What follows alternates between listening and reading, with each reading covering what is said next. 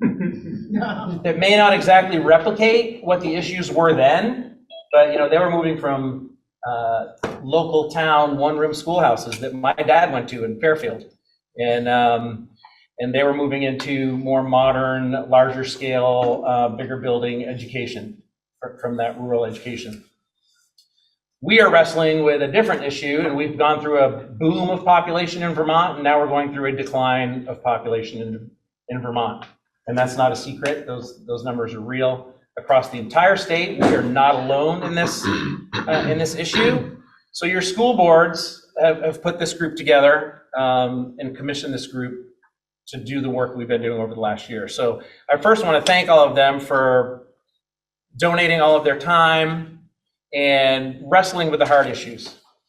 We've had all the questions you're going to ask tonight, we have asked ourselves over and over and over again, okay? And we have not agreed on everything all the time, but we came to compromises and we worked together to figure out what we believed could happen potentially if the community wills it deemable moving forward, okay? So I'm going to walk you through the slides and some information about who we are and what we're doing, what our charge was. So thank you for that. I also want to just thank the superintendents, Sheila and Patrick, who this is probably not an easy job thinking about what the future looks like for their schools and their school districts and the school board doing all of this. But they have been ridiculously helpful, answering questions, being at meetings, getting resources that we needed, all those things. Glory is our savior. Apparently you're well known on this side of Route 7. Well, she's been a treasurer makes us look a lot better more organized than we are, probably, and answers emails very politely and gets information in our hands. And Tracy, is Tracy here tonight? No. Okay, Tracy is a consultant that the boards decided to use, and she has been outstanding. There are a lot of things that we didn't understand and that are still confusing in some regards, and that the general public may not always understand about there are laws. Go figure. There are laws, and there are rules, and there are things that we can do and things we can't do, according to the laws and according to what the State Board of Education says, and certain things. So we had to all get an education about what the parameters are within which we could work, and we feel like we worked hard at that and wrestled with the different options and things available to us. So we want to thank Tracy for all of her work, and she was our liaison with all of those things. So let's get going. All right. So the merger. Next slide. Merger Study Committee. So I gave you a bunch of the background, and we were put together as a result of a vote taken by both boards, Addison Northwest and the MAUSD, to form this committee. And our purpose was this: to look at the potential merging of school governance structure. That is our charge. Okay, would it be feasible? And there is a statute 16 of the VSA 706B, which is not fun. It's legal language, but to just bear out into what that really actually means is our group was charged with the task of just looking at all the numbers of students, families living in the area. What are the projections, the models showing for the next 5 to 10 to 15 years? Looking at the real, actual, true cost numbers that we're spending right now with the programming and the staffing and what we're currently running and offering in all of our schools and our school districts, and trying to decide, would it be possible, is it feasible to merge our governance structures? Okay, and that means taking 2 school districts and turning them into 1 school district. That was our charge. Okay, would that be feasible? Could it be done? Do the numbers warrant it? Does the math warrant it? Does the logistics of what the community wants or needs warrant it? That was our task, okay? We are a wide range of stakeholders in the community, just like you. So we're teachers, parents, community members, school board members. We reflect all the people sitting in the room. So we have studied the benefits and the costs of what it would mean to merge a school governance model. We analyzed the different types of governance models available. There are a few different models available that the state will let you do. We chose the one that we believed would make the most sense for a district, if it was to be combined, that would make the most sense, that would be feasible. We compromised. We talked about the pros and cons. We brought in the community. We had forums. We were online. We were in circles. We did a lot of things to try and gather as much information as we could, and which has brought us to this meeting here. Because we did, as you know, we ended up deciding, our task was to decide and let the school boards know, should you bring this to the community to a vote or no? And our group decided that we believed, yes, there's enough merit here that we should let the taxpayers and the community members decide. We're going to give them the facts, the things that we know, and you are all going to decide, okay, in November. So what does that mean? Next slide. How did we get here? So numbers are a funny thing. They change a lot, okay? But one thing that hasn't changed, both districts have had a steady decline in student enrollment, even from pre-2011. But from 2011 to 2012, you can see the actual enrollment numbers and how they've dropped. And then there's some projected numbers from 2031 that show what they're going to continue to be another 10 years out. We all know that numbers can move, things can change. COVID happened, recessions are looming, a lot of things can happen, okay? So these are the numbers that we have been working with. We can only work with a certain amount of information in the time we had. So this is the information we're working with. There are issues with declining enrollment, and one of the issues is how the financial system is set up for school spending. It is based on your number of pupils.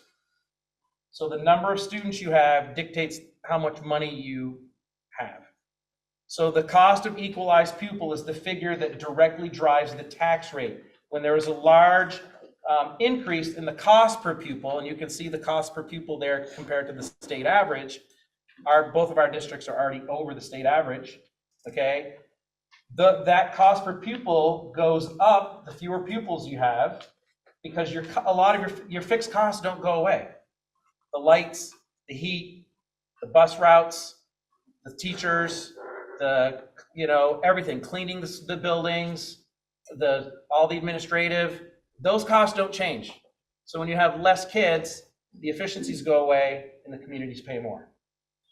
So that is why we're here. The math is why we're here. Okay, it's not an exercise in governance structures. It's an exercise in how do we pay for the best possible education we can provide for our students. So the school districts have been trying really hard on both sides to not have a huge detriment to the education for the students with the declining enrollments. There have been cuts. There have been some things that have had to go away on both school districts. There's probably going to be significantly more because the state paused some penalties for overspending during COVID. So if you've ever heard the term of threshold spending over the threshold, you do get penalized. The superintendents and their business offices will get penalized for spending over that amount. It is a strategy from your state government, our state government, to try and keep spending on education at a level that the communities can afford. We all hear and know that the affordability of living in rural states is high, and one of the major things is education costs. And so the state is trying to keep that number at a palatable place. So they put things in place to try and help communities manage that. Also is an equity, so that if a Yes. district like Stowe is spending way more than others, That money could go back to gold. Yes. and it's distributed. Yes. Yes. There's a lot of question on how that works, but you're not wrong. Yes. So yes, because schools can just say, we have money, we're going to spend as much as we want. We don't care about the threshold. Okay. In some communities, that's not the case. They care about the threshold because they can't afford the penalty. Yeah. Kurt, we can save that for questions. Okay. So as enrollment drops, the spending per pupil goes up. Okay, that's a fact. And so when we factor that in with inflation and all of the other things that are happening, that is why we're sitting here. The school boards have gotten to the point where they have asked for this all to happen because they're struggling with how do we continue to pay for the education and not have to cut and slash programming. Okay, next slide. So continuing with the status quo, if we just did nothing and kept going the way we are, these are some of the scenarios that are going to have to play out. The Addison Northwest would have to reduce 40 or more positions over that 10-year time to keep the tax rate similar to where it is at a growth rate that it currently is. And the MAUSD side would have to reduce 66 positions or 23% of their staff to do the same thing. Or we can keep all the programming we're currently running while having fewer students, and we would have increases on the sides of around 13 to 15%, much higher than we're used to having around our education. So we're talking about a projected out. Okay.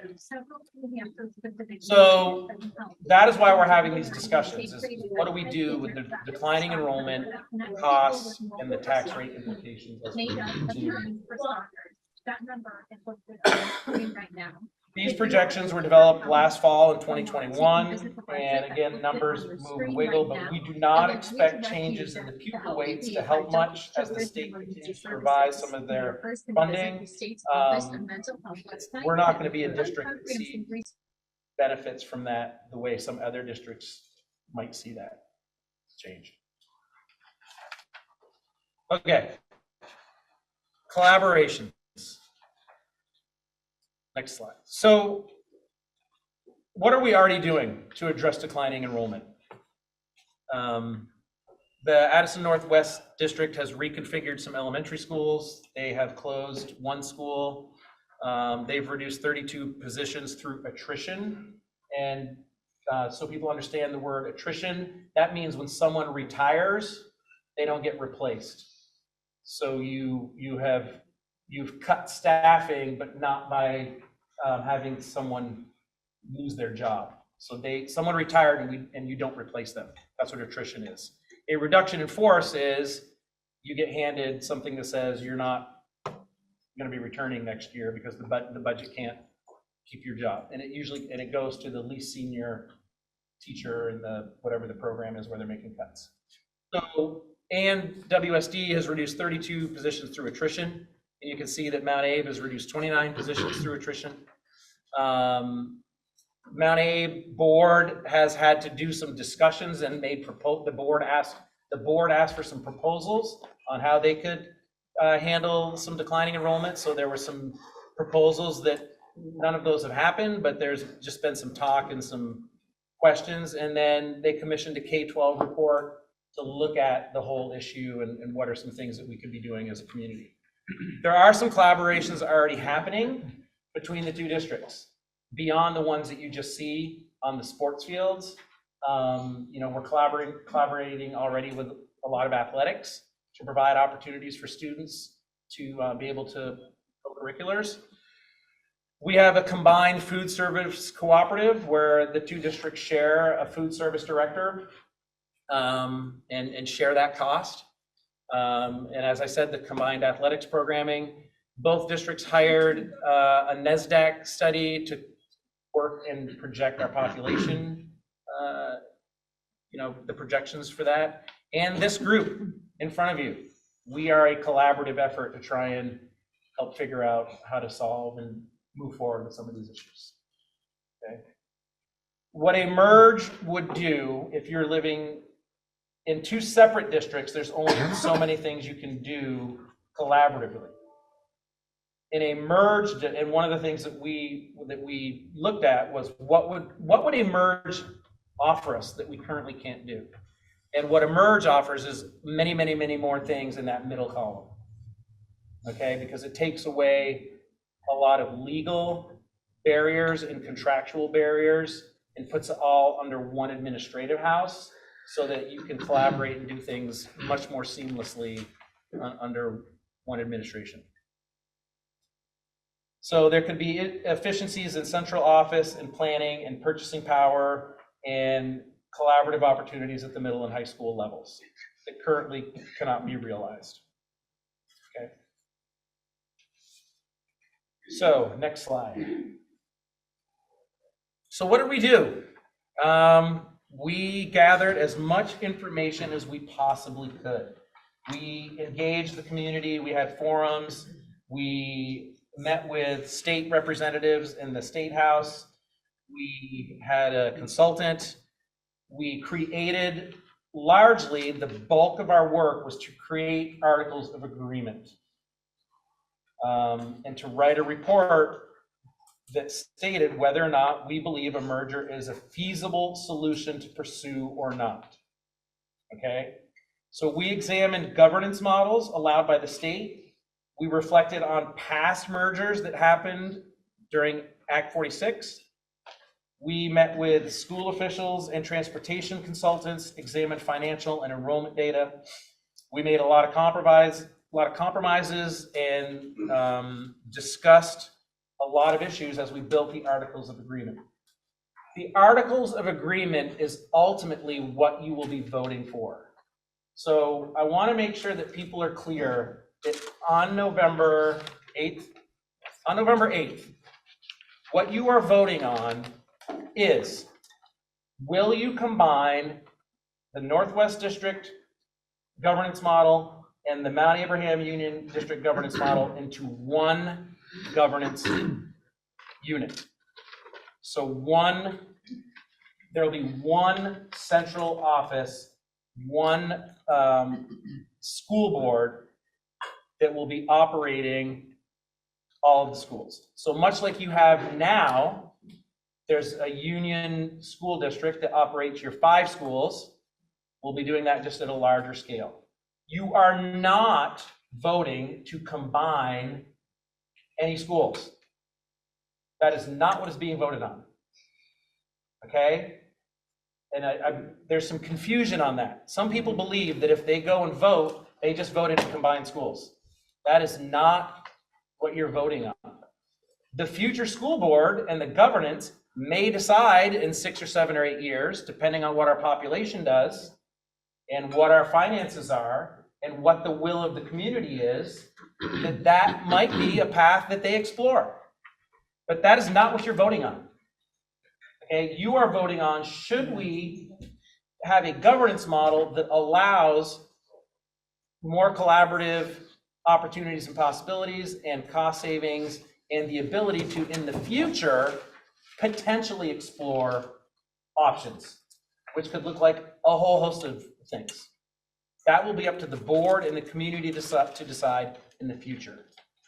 Okay, and people can ask questions about that after when we get to the questions, but that has clearly been a bit of a confusion for people. They believe they're voting on the combining of schools, and that is not what you're voting on. Okay, so those are the things we did. We created these articles, and that was a huge amount of our time because under the state statute, that was our task. We had to bring to the voters something for you to vote on. And what you are voting on are those articles. The bylaws and what the Constitution, per se, would be for this district that would now happen. Okay? And those articles are what you're voting on. So that is what the Merger Study Committee has done. And we're trying to give you all the facts that we used and that we've had to come to our decision tonight. Okay, so We are here because we recommended a merger. You know, we recommended that you should vote on whether or not we should have a merger. We believe from the work that we did with the consultancy we had, with the numbers and all of the data we had in the community forums and all of the information we gathered, it was our belief, and it wasn't 100% unanimous, but it was our belief that moving forward as a merged district brings us far more benefit than not. Okay, the potential brings us more benefits. Okay, so why are we recommending this? We believe it's the best path forward to enhance opportunities, to protect what opportunities are currently available for students, to increase financial stability around education in our county. Okay, so we're trying to, the merger would be a way to try and create more stability around tax rates and spending and how we can operate all of that moving forward as opposed to separate. Our study indicates that a merged single organization will provide a coherent system for teaching and learning pre-K to 12 with the ability to have better outcomes for learners and a cost efficiency for taxpayers. There will be an annual savings, at least in the beginning, for a certain amount of time, simply by combining central offices. You're going to have the savings of eliminating one central office. You're going to have just one. Those are immediate savings. The rest of the savings would be realized depending on what the board and the community decides to do moving forward under the new structure. We believe that this is what's best for all the students in these towns. It's not targeting one town over another. We believe that collectively, when we look at all students, this is what's best for all students. So we know there are issues. That is what we believed as a group from the work we have. There are other people that don't believe that, and that is 100% fine, and that's why we vote. Okay, but there are challenges, and we know what those challenges are. The questions you're going to ask tonight, we've asked ourselves. Okay, and we know what those challenges are, and we want to try and answer those questions tonight and talk about them. One of those is around school closure, and we talked about that a lot. And you know, we want, everybody in this committee wants to protect and support community schools. And we made sure that in our articles, we put in a provision that we felt answered the question the best we could on both sides of that issue. Okay, so protecting community schools was one of the things that we put in an article that we can talk about. And the other one is transportation, and we know that's a hot topic and issue.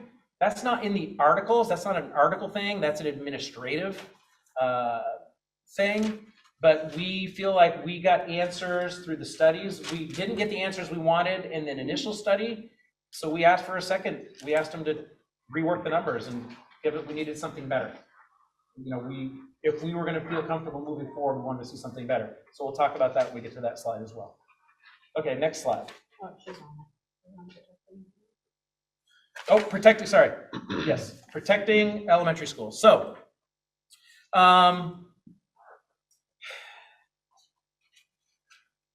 the efficiencies are best realized. So if the math doesn't lie, okay, you can make numbers say anything you want, but the math on savings doesn't really lie. If the communities decided that they really wanted to save the most money we possibly could save, you would combine the high school and middle school. The math on that does not lie. Okay, that may not be what the community decides they want to do. Okay, but the biggest efficiencies would be from merging the middle and the high school. Okay, but we're a long way from that, if it even ever happens. There are districts in the state that would have a district model just like we're proposing that you'll be voting on, that run multiple high schools. They're a unified district and they run more than one high school in their district, and that's what they're doing and that's how they're operating. Okay, so that exists, and we would be doing the same thing, okay? Our article of agreement and all the work that we did was around protecting the local elementary schools. None of our discussions were ever about having efficiencies from closing elementary schools. And we put an article in there that we felt could best answer that question and make people feel comfortable about that.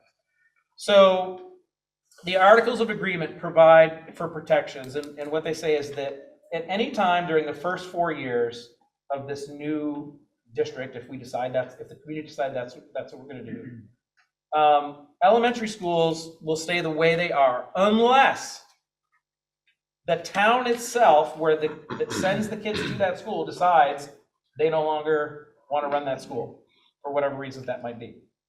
That town would have to do that themselves, okay? Or the people who send their kids to that school, okay? Or after 4 years, the only way you could close an elementary school or any school would be that you'd have to have the approval of 2/3 of the board. And then on top of that, 2/3 of the electorate, which we felt like was a pretty high bar. 2/3 of the entire electorate. It means you'd have to have almost everybody agreeing that this was the best thing to do. Okay? That was not without a lot of debate and a lot of discussion and a lot of looking at what other statutes look like and what has already happened, what's already in the language in both of the districts. So we felt like that was a compromise and a protection that we could put in there. Next slide. Transportation data, okay? Whoop.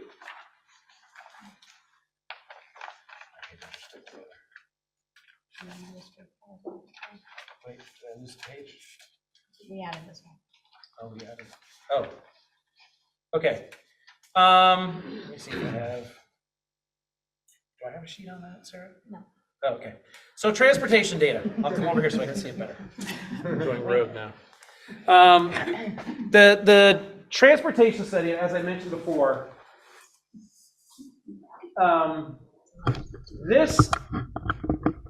I think the big thing you have to understand is the transportation only becomes an issue if the future board and the communities in the future ever decide to change the school structures. If the communities decide that they just want to run 2 high schools and 2 middle schools for the next 20 years, this doesn't really matter that much, okay? But if the communities and the board decide that we want to merge some buildings for some more cost efficiencies and opportunities, then this transportation study starts to matter. Because then we'll have to think about how are we busing students differently than we are right now, okay?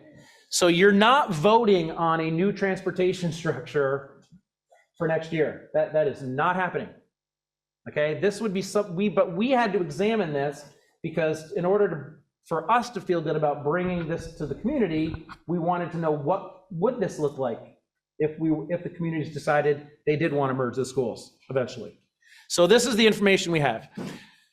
And we could talk about this for a long time, but I think to boil it down very simply is the trade-off is if we want to keep the transportation rides similar to what we are doing already right now, there's going to be an increase in transportation cost. But that cost would be easily outpaced by the savings you would gain if you were at that point in time merging a school. Does that make sense? So your savings of merging the school would far outweigh the increase in the transportation cost.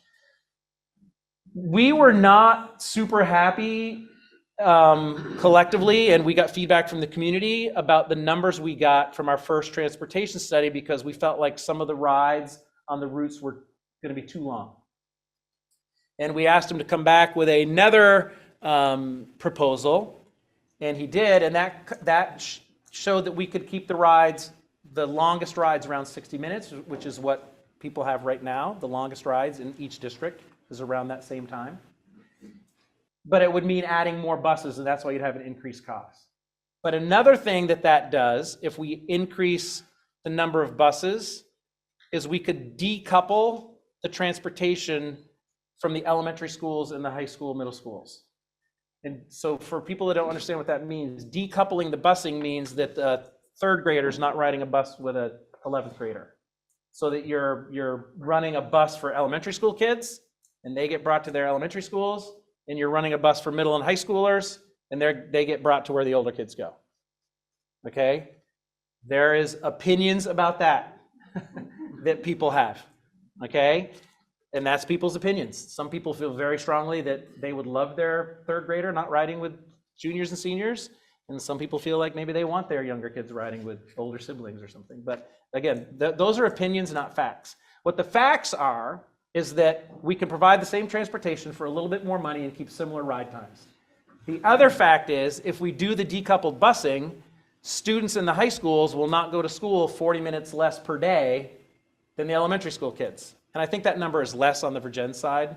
But on the Mount Abe side, the high school kids go to school significantly less over the course of a day, a week, a month, a year than the elementary school kids, because they have to use the same bus to get everybody to X, Y, and Z. So the decoupled busing would allow the extended school day for the high school students and get more education time. Just that would be another added benefit, clearly. Okay? Transportation. Okay, next slide. Now I can be back to my my script. So the challenges, and I'm just about done. You're probably all sick of my voice.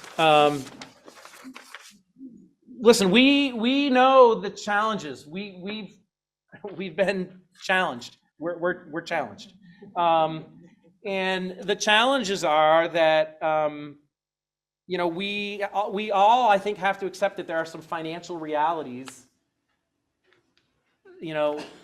tied to this. And that's why the school boards asked for this committee to meet. Again, this is not just for fun and an exercise. This is because the school boards are sort of wrapping their head against the wall. What are we going to do? What are we going to do?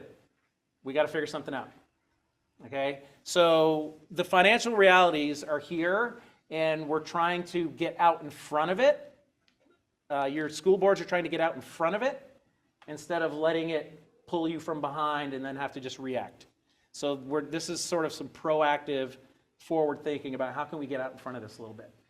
Okay? Change is extremely hard and uncertain. Okay? In 1954, when they were probably shutting down all the little one-room schoolhouses, people probably weren't very happy. Okay? Things change.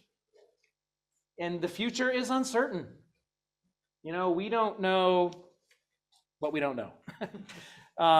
So what we're trying to do is give you as much information as we possibly can with the facts, the data, and the numbers we have right now, so that people can make an informed decision. We also know that the community is really tied to schools, as you should be. It's the most important thing we can do in our community is educate our kids and they are our future. Okay? It's not just a song. Okay? So we know that the communities are really vested and tied to the schools, and we know that's important. We are vested and tied to the schools. We wouldn't be on this committee if we weren't vested and tied to the schools. So we understand that. So we know that's difficult, and that's a challenge that we have to all work through together. And that's why the thing that you're voting on is not moving or changing any schools in the immediacy. If these schools are going to change and adapt and move, it is going to take time, years, for a new board, a new central office, the community to figure out what they want to do moving forward. Okay? We know that transportation is tough. We live in rural Vermont. Transportation is tough. Although my friends who travel a long way to their jobs in Boston are very jealous of my commute down the Moncton Ridge Road with the foliage and the deer and the birds. You know, my 30 minutes is not stuck in stop signs. But transportation is a reality of where we live, and we felt like we were able to answer that call to get it very similar to what we're doing right now. That is feasible. One of our questions is this feasible? It is, okay? And then there's a lot of work around the trust and the leadership and the work that's going to be required to make this happen, okay? I am not telling you to vote yes or no. What I'm telling you is no matter what happens on November 8th, the work is not done. We're either going to be then working with the reality of a new district, and you're also going to be voting for school board members that day for this new board. We're either going to be now committed to growing this new district and making it look as good as we possibly can for our students and our communities, or we're going to be, we better not all just walk away and run and say, figure it out, school board. That would not make me feel good. You know, because if we're all here engaged right now, we better continue to be engaged with how we're going to answer these questions moving forward. Okay, because we have to answer the question. And that's what we're here for. That's it. Thank you.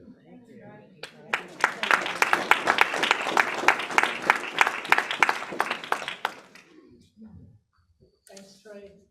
So the next piece is a question and answer piece, and what we'll have people who are here and present come up to the speaker here, and you guys can line up if you want, and we'll recognize you, ask your question, and we'll try to answer it.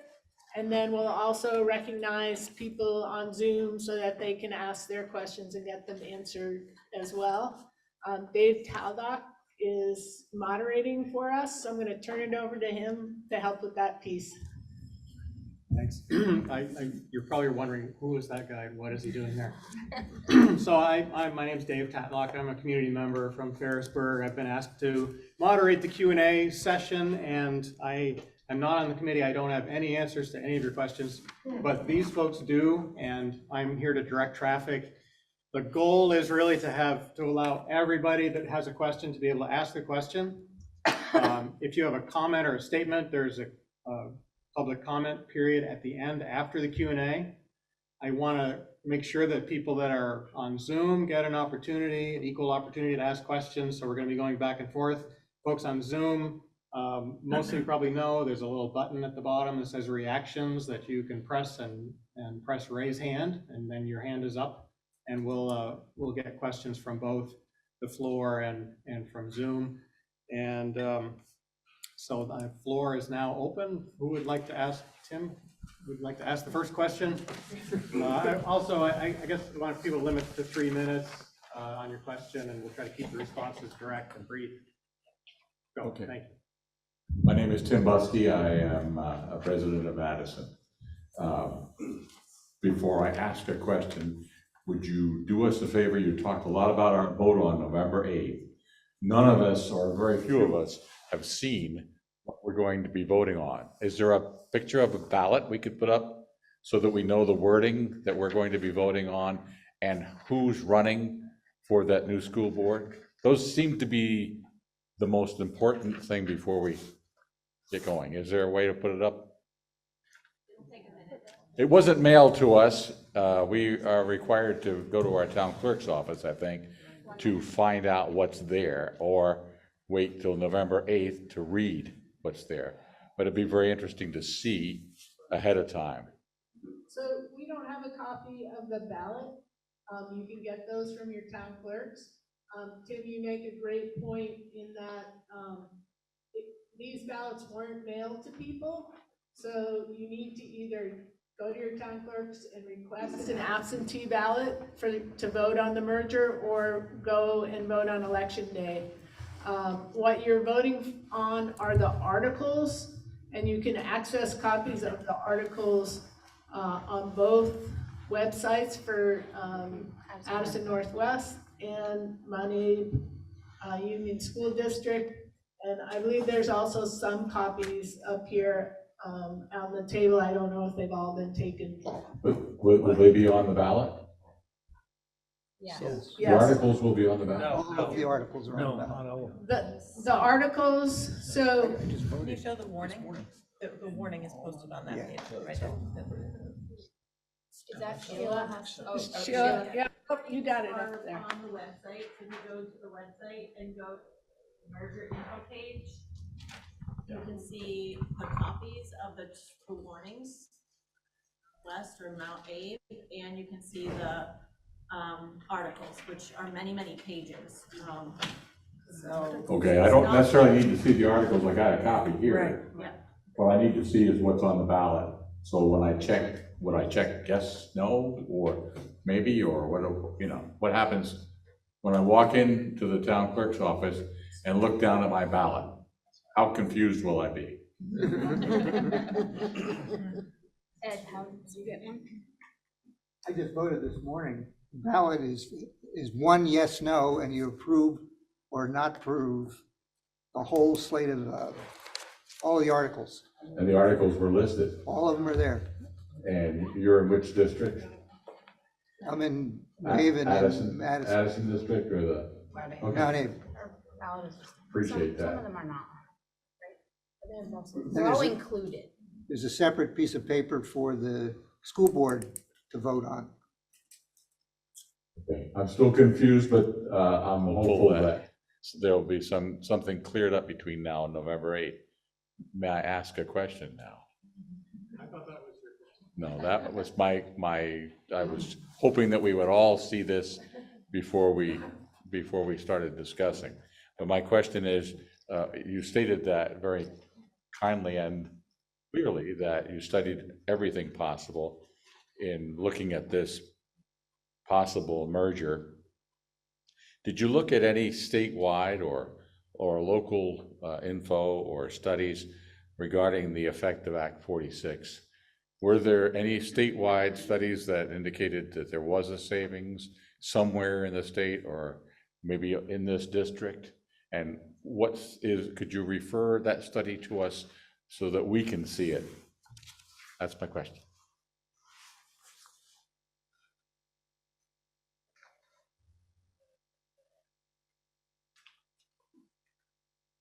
So the question is, has anyone looked at the statewide information on Act 46 mergers and?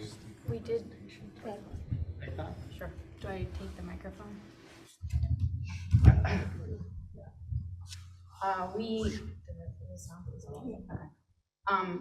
We talked about this in our state board presentation, so we could probably pull that up, but what we did was how many, there was a certain number of goals and how many were each kind of, that we acquired or got. Right, and it was like 29 out of 30 and one, or 29 out of 32. And then another example was we actually looked at the data in Mount Abe for what our projected tax rate growths were this summer for a separate issue, and we actually ended up doing much better than what the projections were from our Act 46 merger. So we looked at it a couple of ways, but I don't know that we could probably get both of those things for you.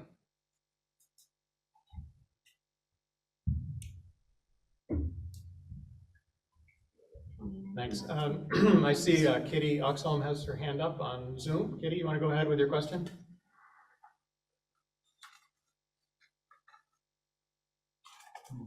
Let's see if this works. You're muted. Unmute. No, I'm not. Kitty Oxholm, I'm a resident of Virgins. Hear me now, Dave? Dave, are you hearing me now?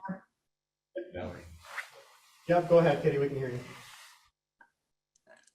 I noticed on the page that you showed that procedures for future closings or possible closings of elementary schools, you had just a statement about the biggest savings would be found in closing or combining middle and high school buildings. But you didn't have anything on there about the procedures if a future board decided they wanted to close one of the high schools. How would that be done?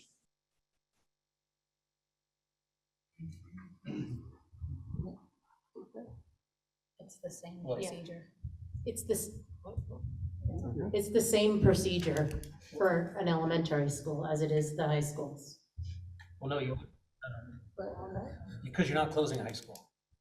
Right, but if we do. She asked. She asked. Oh, if we wanted to just close the high school totally? Yeah. No, okay.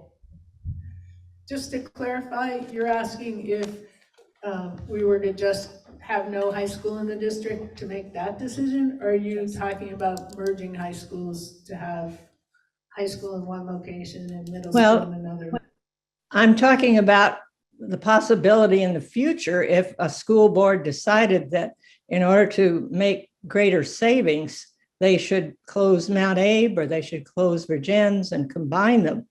But I didn't see any procedure there about community involvement or anything in that decision, like it does show that for the elementary schools. So if a decision is made in the future to combine high schools to one location or middle school to one location, the school board, working with the community, would need to decide at that time what the process and procedure would be. That's not something that we have decided. That would be something that would happen if the school board a future school board were to decide to do that. Anybody else? Okay, thank you, Kitty. Next question from the floor.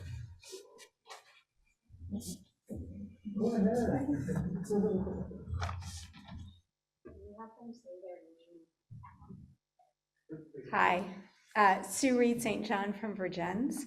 I just have a question about the debt. There's a mention in here in Article 6 about how the new school district would assume all capital debt of the forming districts. And I'm wondering if you could just speak to what the debt is, just generally for each district, and what that will mean for the taxpayers of the other district when they're combined. Thank you.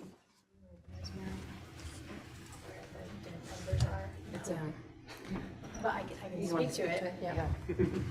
So as far as the numbers, I don't know if someone can pull those up. So the debts that would be conferred to the shared district would be, Virgins has bonds that we use to pay to improve our buildings. As you know, Mount Abe tried to pass some bonds and it didn't work. So the way they chose to move forward is they built money into their school budgets to pay for improvements. So they have less debt, but they have more money that's going to need to go for deferred maintenance. So there is a graphic out there that shows like the value of the property to the debt and how when you do it one way, the graph looks like this, and then if you look at it the other direction where the bond didn't pass, it's very similar because your buildings are going to degrade over time regardless of if you pass a bond or not, so you're going to have to fund it. You're just going to not fund it with debt. So our state gives credits if you get the bond, so we get some credits in Addison Northwest budget for taking on that bond, but it's not a big credit, and I would say that it's similar. Like, it looks like we have a lot of debt, but we don't have a lot of projects that need to happen here, whereas Mount Abe has been doing a lot of projects, but they have some deferred maintenance that is built into budgets coming in the future. Does that answer the question? And so you're saying that they're very similar and that there won't be the different communities would not feel a big difference because of that debt? Correct. Okay, thank you very much. John, did you want to Yeah, go next? Hello, my name is John Straub. I live here in Virgins. I was a part of that group, the school board here that gave you that charge. And I am so grateful for your work that you didn't receive any stipend for or anything. You've been doing this for 15 months. It's so hard and I appreciate it. Thank you. I would like to ask you about the size of the district and the size of the board generally in the context of the state. Are we going to be a gigantic school district when we combine ourselves? Are we going to, what, like, it is, it's a little, we kind of like this, small size of Vermont. And I just, in the context of the state, what are we going to look like? And maybe what are we going to look like, maybe even nationally, if you knew? Thank you.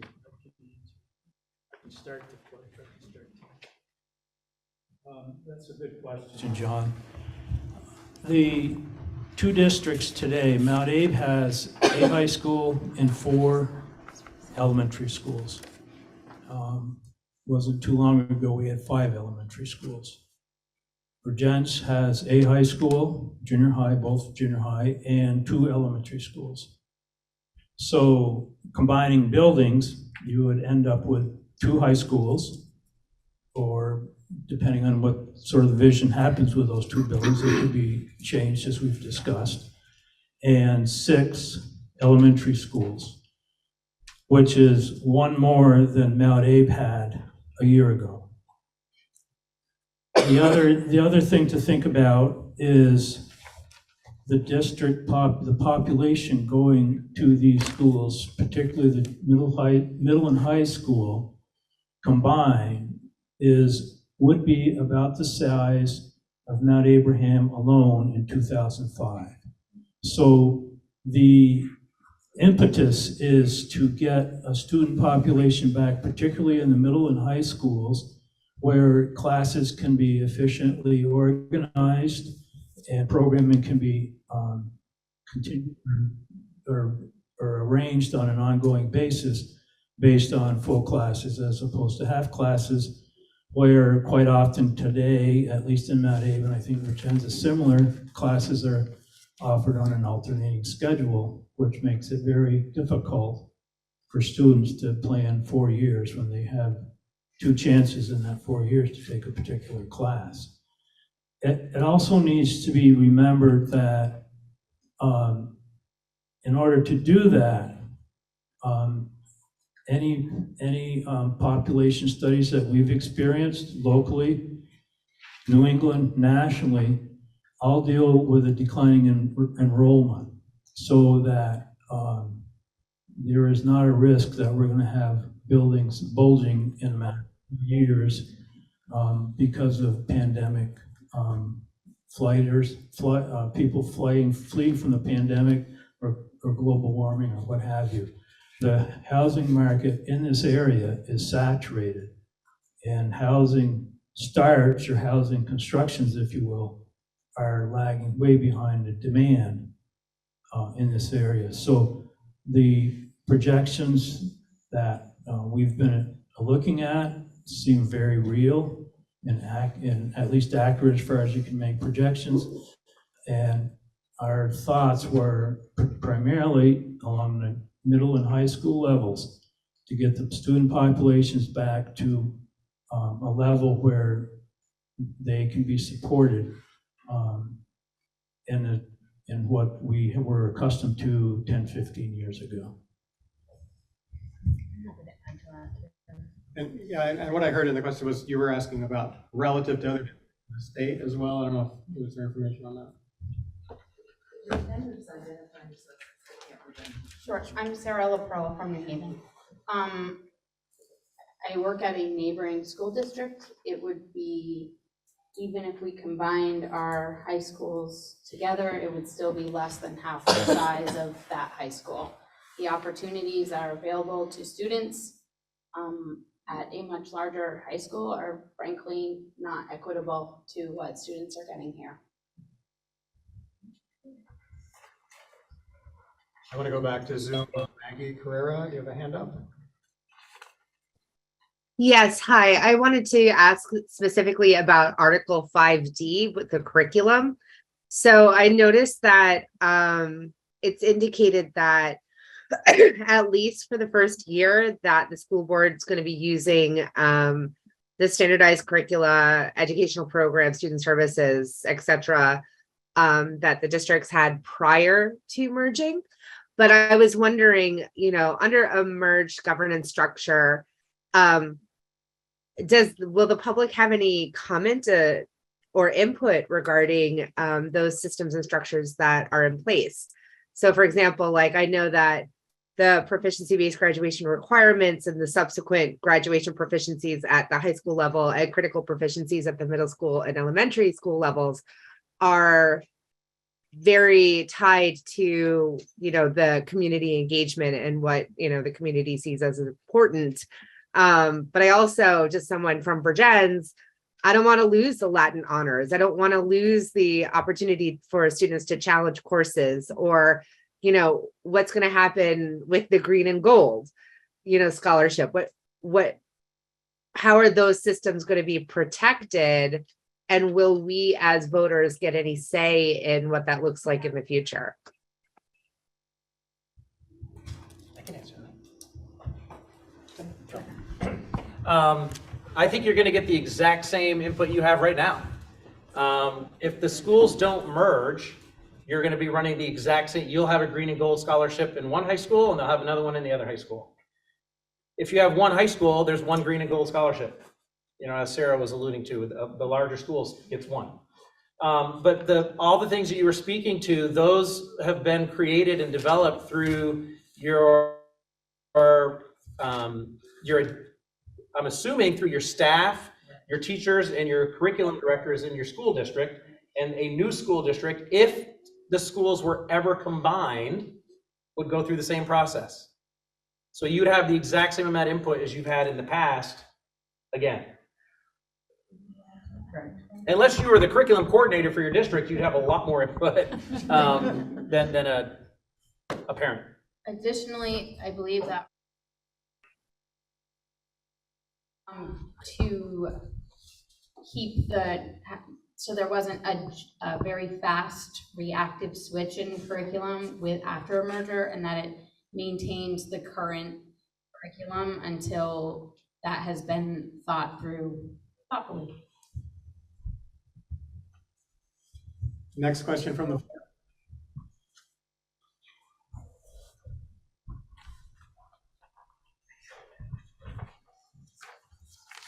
Hi, I'm Karen Reynolds from Virgins. I am hoping to hear about where we can get information about whether the special education department would be combined, and if so, the two school districts function very differently with those departments, and how would that, what would the process be for combining them?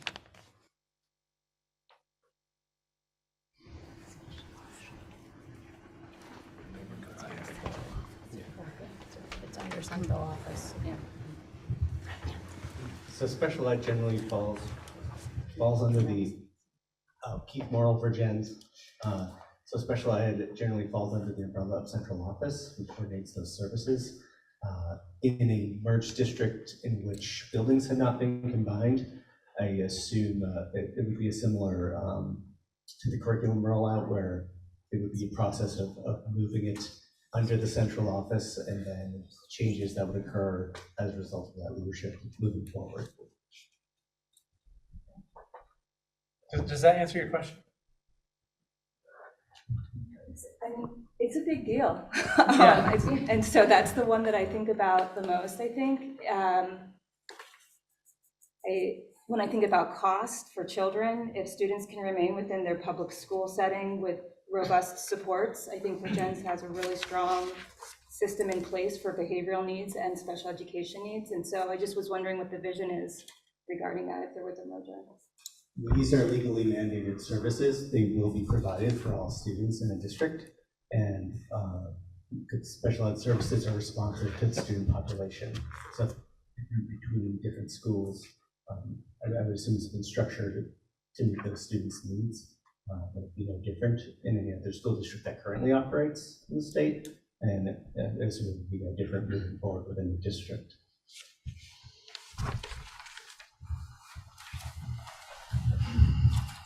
Let's take another question from the floor. Too quick.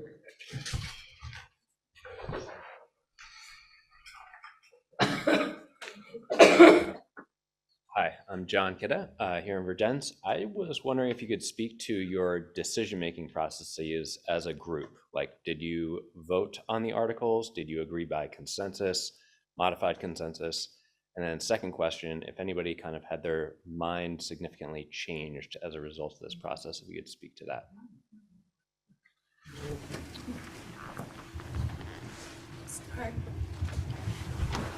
So, Mary Neffinger, Ferrisburg.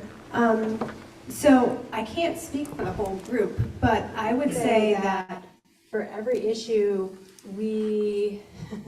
there was never we're definitely going to do it this way. There was a lot of give and take, and at the end of the day, there would be a vote among all of us.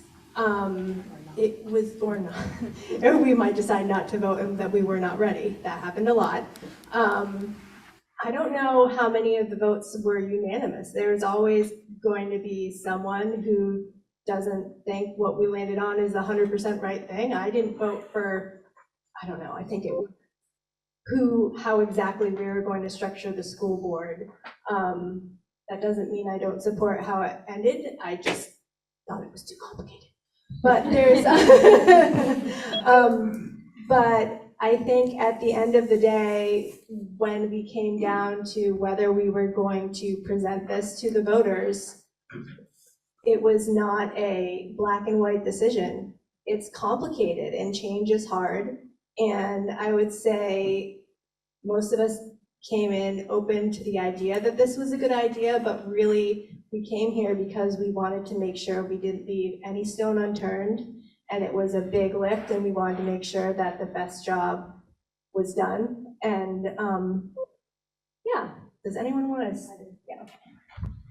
I just want to add that one of the tools we used were restorative circles. We would break off into small groups. We'd have a talking piece, and that helped us get to know one another. And in a smaller group setting, we were able to maybe more freely say what we were feeling and have people understand. And I think then we would come back as a large group. We did that often, and for every article, I know for a fact we went off into a small group and discussed our feelings, and that was very beneficial. And so you asked about, oh, sorry, Erica Andrus from Ferrisburg, asked about changing minds, and I agree that, like, I think we all came in open-minded about the sort of whole question, whether this is going to be something we recommend or not. But there certainly were certain issues that changed my mind from something I didn't even know that I believed, because I didn't understand what the question was. So, and that was the governance structures that are available to school districts. And that, I have to say, was one of the most complicated parts for me as a lay person to grasp. And I had gone in thinking, well, yeah, each school having its own school board, that's probably great. That's good for local control. But really, by the end of our discussions about it, I was definitely convinced that having one, oh no, I'm gonna get it wrong, supervisory district is what we are putting forth in our articles is really probably the best we can come up with out of all the choices that we have within the law.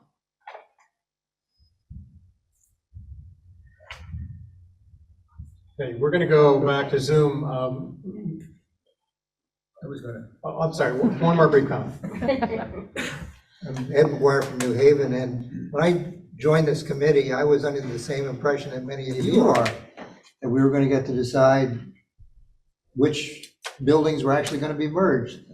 So it was a bit of a shock to find out, nope, that's not what we're going to do.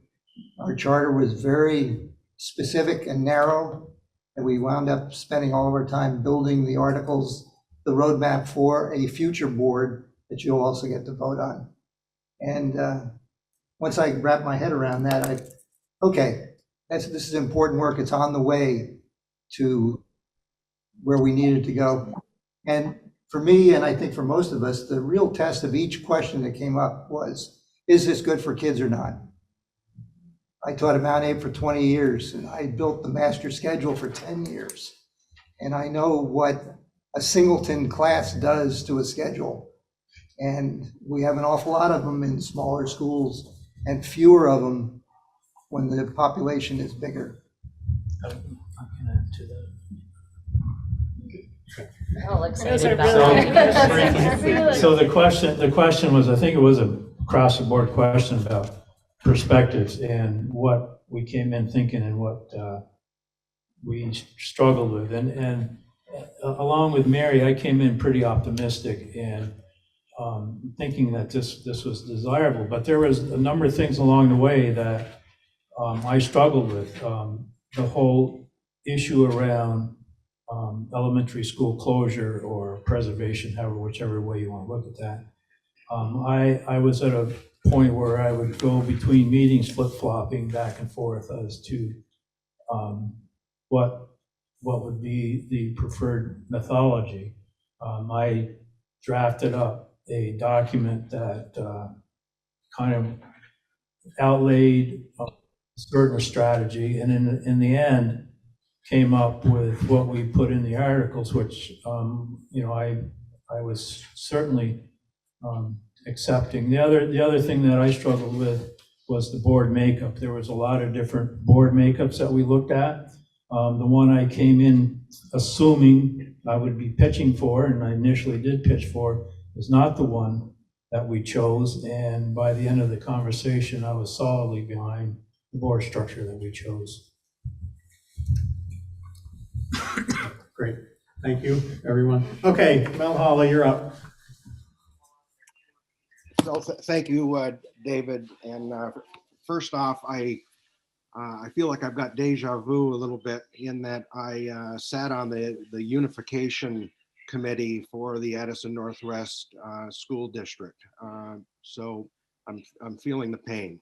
So I have two questions. The first one is, I read the Addison Independent about the resolution that was passed on a 6-5 vote from that board relative to supporting the merger. And what I'm curious about, and I don't mean to put John Stroop on the hot seat, but I'm just curious if the Addison Northwest School Board entertained a similar resolution and their stance on this upcoming vote. And again, I have a second part of my question, so maybe it'd be better if I separated the two. Sure, I mean, John, do you want to answer? Or do you want somebody on the committee to, I don't know if anybody on the committee, oh, okay. There we go. You didn't want to.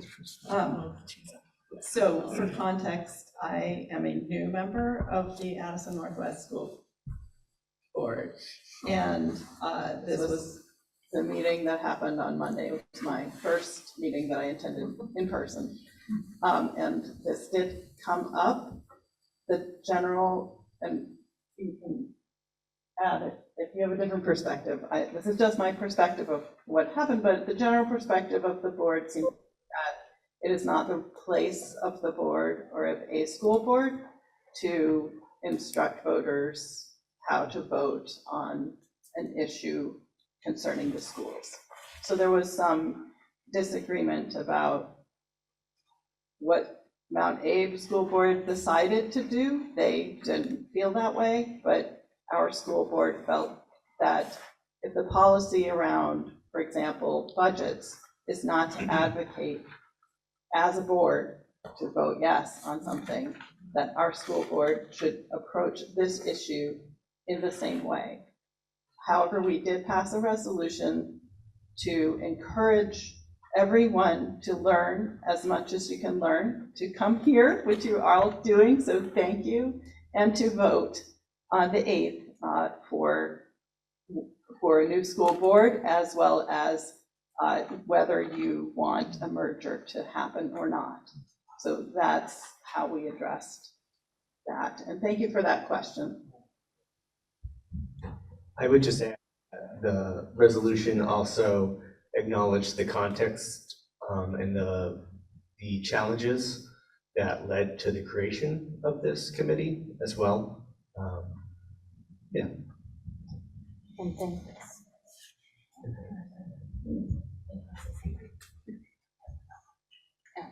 And Mel, you had another part to your question? Sure. So my other question, there was a chart that was put up that said that the 2031 projected enrollment for Addison Northwest School District, I believe it said 701 or 730. It was a 700 number, and in the Addison Northwest School District, in their current articles of association, there is a provision for school closure, and Addison Central obviously closed. I mean, when their enrollment got down in the 50 or 60 count, it really, the excess spending had to be addressed, and so that school, it did make sense for the Addison Northwest School District Board to close that school.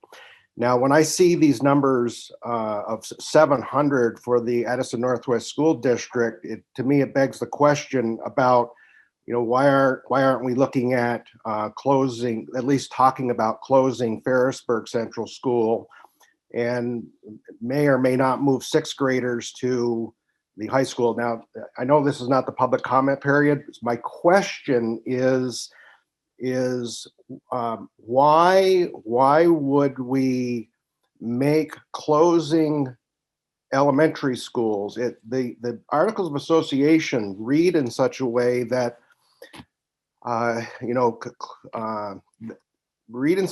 closing an elementary school is a very, very high bar, difficult bar. And the problem is that from a financial standpoint, it may make absolute sense. So it's like the Article of Association talked about how the biggest efficiencies are in the claimed efficiencies is in like having MAUSD become the high school and VUHS become the middle school, or vice versa. Somebody's claiming that there's some savings there. I don't understand that, because you've still got the same number of kids. But setting that aside, to not recognize the fact that closing an elementary school is savings. That's why Addison Central closed, was to save money. And that same decision process, I would hope, would be made relative to the closing of Ferrisburg. And so my question is, why, and it kind of comes back to the Addison Northwest School District Board, why would we want to merge under an Article of Association that basically ties our hands behind our backs as it relates to gaining efficiencies by closing a very small and continuing to be smaller elementary school like Ferrisburg Central? And I'm not familiar enough with elementary schools in the Bristol area. We got it, Mel. We got it. The question is on the way of the procedure of school closures. So we want to address that. Yeah. Hi, Carol McBride, Addison. So coming from Addison, I had a lot to say about this topic. Our school was very small and was financially not sustainable. I recognize that, but we also, as a committee, recognize the importance of small local schools and the hard feelings that come from even addressing the issue of closing a school. There are a lot of hard feelings in both of our districts right now because this topic has been addressed. So it was very, very important to our community, or to our committee, to address this issue and talk about how important these schools are to us and maintaining them as long as it is fiscally appropriate.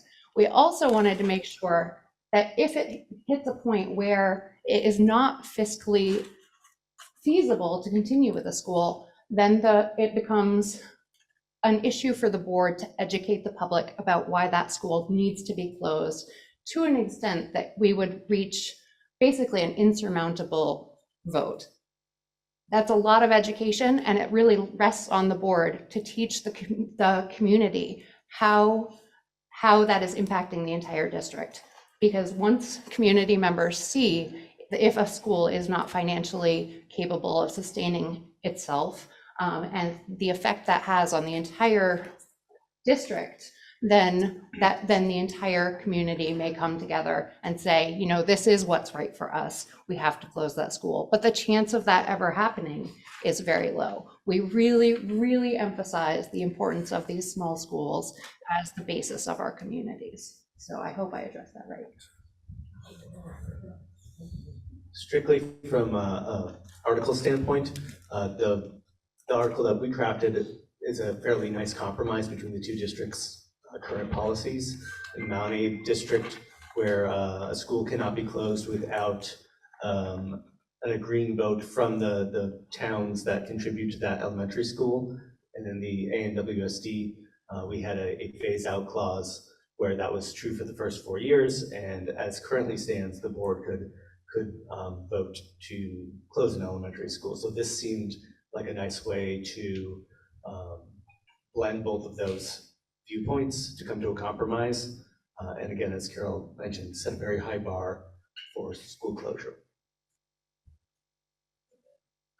It's my understanding also that there is a state law that is going to prevent any elementary schools from being closed for the next 2 years. So we felt that would, of course, be in the articles because that's the state law. And then we wanted to add an additional 2 years to give communities time to, you know, understand and even beyond what the state was saying.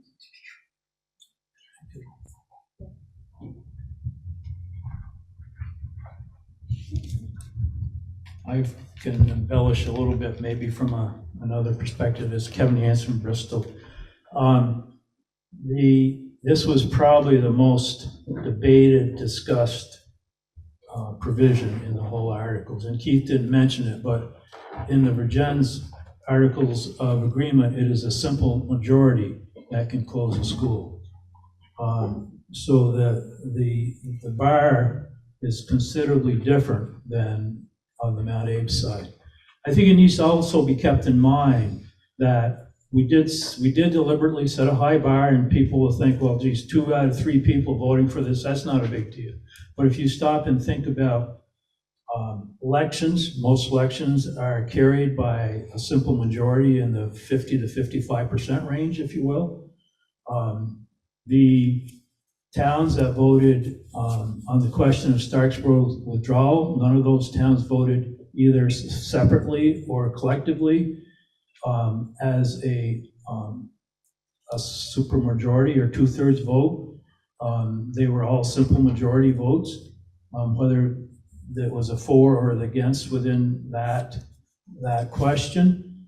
The other thing to think about is that the projections that we're seeing are significant declines in the next few years at the high school level, where it will impact programming, it will impact the cost of education.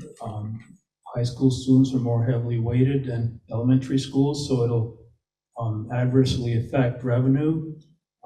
And there's a need to balance that reduction in students and revenue loss, if you will. At the elementary level, there will be a continued decline, but it's very slight. I think it's like 3% projections. So those populations are very stable. And for a district to get caught up in trying to go through that whole debate that Carol alluded to close an elementary school that's relatively stable is probably non-constructive. So we set this bar at a high level, even though it can be debated whether it's a high level or not, so that in the future, and nobody knows what's going to happen 10 years down the road or whatever, if that relative stability in elementary schools change, then there is an option for the whole district as a whole to have a conversation and make a decision, as opposed to a more narrow discussion on the issue. Thanks. I'm going to ask the committee members if you could designate one or two people to answer a question, because I really want to let everybody have a chance to ask their question here. So I'm going to go to the room here. Is there someone with a question? Chris, you want to come up?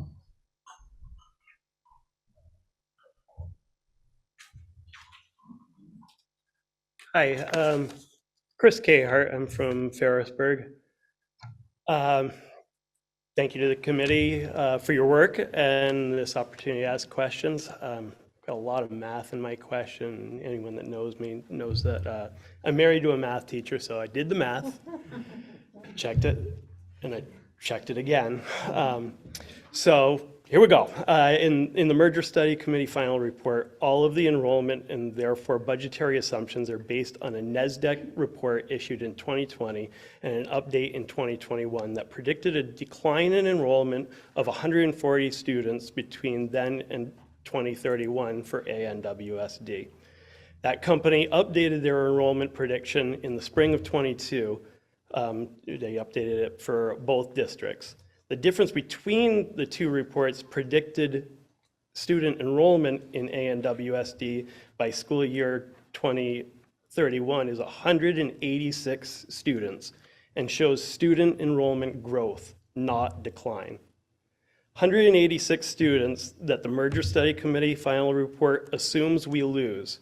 So in turn, the budgetary projections assume we lose revenue. Users today, using today's spending threshold of $18,789, or last year's, per pupil, that is over $3 million, which is also around 13% of our current budget. But the NASDAQ Spring 2020 update reports that we don't lose those 186 students by 2031. So we don't lose $3 million a year. If we don't lose the $3 million in revenue, we don't cut programs. And I know that your committee was supposed to get done with their work for town meeting day. And I can understand why you went with the data that you had at the time, which is now outdated. When you decided to continue your work and have the vote here on November 8th, did you ever consider the new data that was in front of you?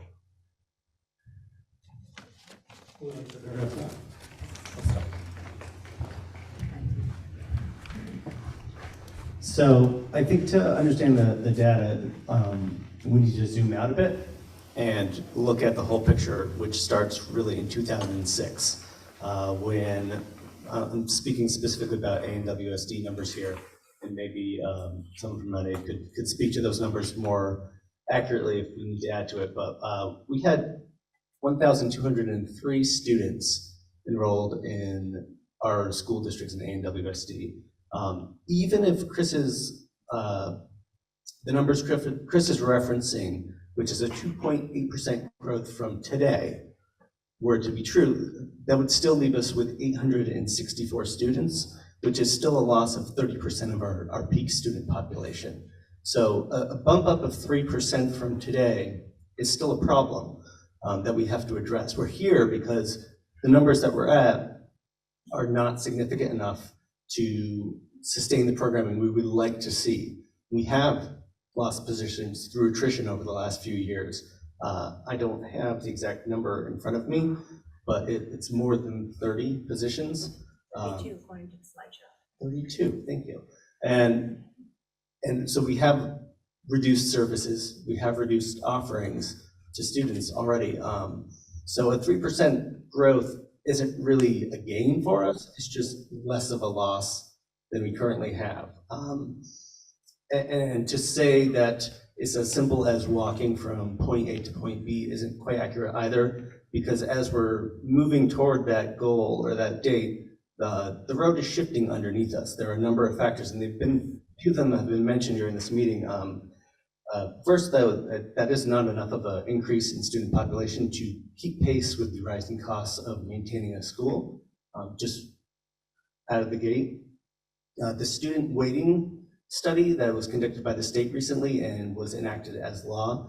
Just to give you the quick rundown of that, the state has essentially decided that the way that they count students for funding for schools did not reflect the educational landscape of Vermont, and they have changed those weights. So the three areas that they focused on the most were students who are economically disadvantaged, ELL or English language learner students, and secondary students, so high school students. These students are all more expensive to educate than other students according to this state study. And what they have done is they have shifted how much money those students are worth when they're doing the per pupil spending and when they're redistributing the wealth to schools. Unfortunately, our district doesn't fare well under this new model. It represents a loss for us. We don't have a lot of these students compared to larger urban districts such as Burlington, Rutland. So this will represent a loss for us along the way. Act 173 is a law that was enacted several years ago, but it's taken time to roll out all of the effects of this this new law. It changes how special ed reimbursement works in the state. And again, our district does not fare well under the full rollout of Act 173. We lose some reimbursement, we lose revenue under this act. So we would either have to find new sources of revenue to make up for that, or we would have to find ways to reduce our budget. And really, the bottom line is, when it comes to reducing budget, the most effective way to do that is by losing staff. And that often means reduced services. It means reduced offerings for students. In our district in particular, we don't have a lot of moving parts left. We closed Addison as a way to save money and keep things affordable. We've done all the efficiencies we can at the elementary level. Somebody had asked that, why not close, I think it was Mel, why not close Ferrisburg? There would be no savings in it for our district. We still need the same number of teachers to educate our students that we currently have. I'll wrap this answer up, it's getting a little long. But again, Why didn't we use those numbers? why didn't we use those numbers? Yeah. We used the numbers that we had when we put the report together. I think Kevin mentioned, the numbers are ever shifting and it will continue to shift, but we do know for certain that there's no boom coming anytime soon. Even a 3% boost is not a boom or a boom in population. Thank you. Did we lose Ben Rule on the Zoom? He had his hand up for a while. Let's go to Jessica James on Zoom. Hi there, Jessica James from the town of Ferrisburg. I have a question regarding the Articles Agreement in Section 7, the conveyance of any real property to the town or city shall be conditioned upon the owning and utilizing real property for community and public purposes for the minimum of 5 years. I'd like to know what public purposes is the definition of that and community purposes. Who'd like to take that?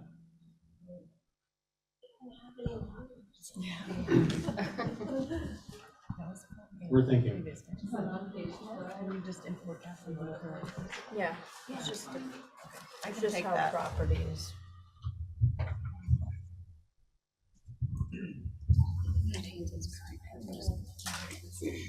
So I'm afraid that I have difficulty answering exactly what would count as public purposes. So I apologize. I can't give you exact examples of that. But what I can say is that these articles are basically what were in the Act 46 articles for both districts, to be used as a guideline, because our lawyers advised us or our consultant advised us that was reasonable, and it had been voted on in the past by our communities. So that's the best I can answer the question. I would just add that there are, with the different communities. There are different contracts and terms in which the property is used for the schools, and we had to abide by whatever the terms of those agreements were. Next question in the room? Any hands? Come right up.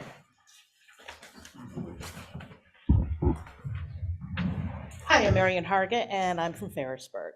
So I have a two-part question that builds on a question that was asked earlier regarding the assumption of debt and the funding of capital improvements and building maintenance. My concern, and a concern that I have heard others share, relates to the costs associated with Mount Abe and with the Mount Abe School District and the cost of building maintenance and capital improvements there. As was discussed earlier, whereas Addison has chosen to fund those costs through bonds, Mount Abe has not been able to successfully pass bond resolutions and has chosen to use an addendum to the annual budget to fund those types of costs. And I would like to say, I've seen the information on the 5 years of investments that have been made in Mount Abe. Lots of great improvements have been made. However, when I look back at the data from 2017, when the last bond resolution was placed in front of the voters, there were statements made that it was going to take like $9 million just to bring Mount Abe up to code. And when I look at the information that's been provided, I'm seeing $5.4 million of projects across the Mount Abe School District in the next 4 years, plus some other potential projects. And based on the funding that's been in the Mount Abe budget, that would be about $4.4 million of funding against $6 million of projects, plus all of these additional costs that it looks like it's going to take to bring Mount Abe up to the level of standard we would need to have it be potentially the high school for the merged district. In fact, it was stated in one of the studies that was included in the materials that some of the costliest repairs still needed are not visible, including upgrading and replacing plumbing, HVAC units, windows, and electrical system. So have we looked at the impact of the merged district, of those costs that may be needed to bring Mount Abe to the level that we need it to potentially serve as the high school for the merged district, and what impact that would have on the merged budget? I think we answered that already. The difference is how it's the same thing that happened when you brought your district together the first time. So whatever debt Ferrisburg had, Virgins assumed, and whatever work Virgins has done since then, Ferrisburg pays for. That is going to be the exact same model moving forward. So the debt that you have assumed, the other side of Route 7 is going to help you pay for. Sure, absolutely. The improvements that need to be made on the other side of Route 7, you're going to help pay for. So this committee felt like, from all the data and the information that we had and discussing things with the administrative teams and with the consultants, were that's going to be a wash. And that moving forward, the plans would be then made with one board, one central office on how to address the needs of the greater community and where to spend the money that is allocated. Does that answer your question? To a point, it's just, I'm looking at, there is, according to all the information we have, there's a good deal of money that still needs to be spent, particularly on the Mount Abe building. Again, 5 years ago, it was stated it was going to take $9 million just to bring it up to code. That was part of a $36 million project that the voters rejected. And if we're going to potentially have the high school for the whole merged district in that building, that's going to put even more stress on the building. That's going to make it even more urgent that we address some of those issues. To answer your question, there's a lot of things that have been done and projects that continue to happen. I don't work for the physical plant on either district. So both buildings are currently running and operating as high schools right now up to code. So to answer that question, nothing needs to be done. Okay. Improvements that want to be made to get buildings to where people might want them to be or to add certain things are being done in people's plan that the school board plans for capital improvements. So I think that is the answer to your question. So your question about the debt and and then who pays for what, is that if the group decides, if the communities decide to merge into one district, everybody now owns all the buildings, all the debt, all the future Understood. expenditures. Yep. Okay, and that's what you voted on. And the thought of a high school that's serving both groups needing different things, that's not really the group, that's not our charge. Okay. And you have to remember that if you were going to merge a high school and a middle school, you're pulling the middle schoolers out and replacing them with high schoolers. And then on both sides. So you're not necessarily, it's merging of programming more than increasing numbers. Right, yeah, just looking at some of the requested upgrades, like the building of the additional gym, whereas, Virgins has 2 gyms, Mount Abe has 1. One of the things that was in the $36 million proposal was another gym for Mount Abe. But those are all things that the community decided we didn't need. Right. So that's not an up to code issue. So Agreed. There's the code question, then there's a question of, are some of these additional things that were needed or desired going to become more of an issue if we're trying to have the high school in the Mount Abe building? So Mike Kevin Hansen, Bristol. I became involved on the school board about the time of the bond because I was part of the contingent that was a non-believer. I had the opinion, and it's my opinion, that the architect was gilding that proposal, so people still hang on to that $36 million number. And that number, there were some, in my opinion, there were some things in that proposal that were purely discretionary. Okay. There was a lot of programmatic changes in that proposal, and given that snapshot in time when that building was still being used as a single entity and this conversation wasn't heavily discussed, maybe it made sense to make some programmatic changes, moving an expensive function like a metal shop from one floor, one end of the building to another, those types of things. A lot of that activity is not germane anymore within the context of this conversation. There has been a lot of work done, a lot of discussion at the time of that bond issue was the conditions of bathrooms, conditions of certain rooms. Bathrooms are in the process of being all totally renovated right now. Are they done? Oh, good. So recently completed. There is a plan to address some aged electrical equipment. There is a plan for some roofing work that needs to be done. There's $1 million line item in the budget because the Mount Abe district seems to look at a rather expensive solution as opposed to a capital solution, which is what Virginia is accustomed to, and that may or may not be the way it goes in the future. It may be just an expense item between a merged district for everything, or maybe people have an appetite across the district for bonding.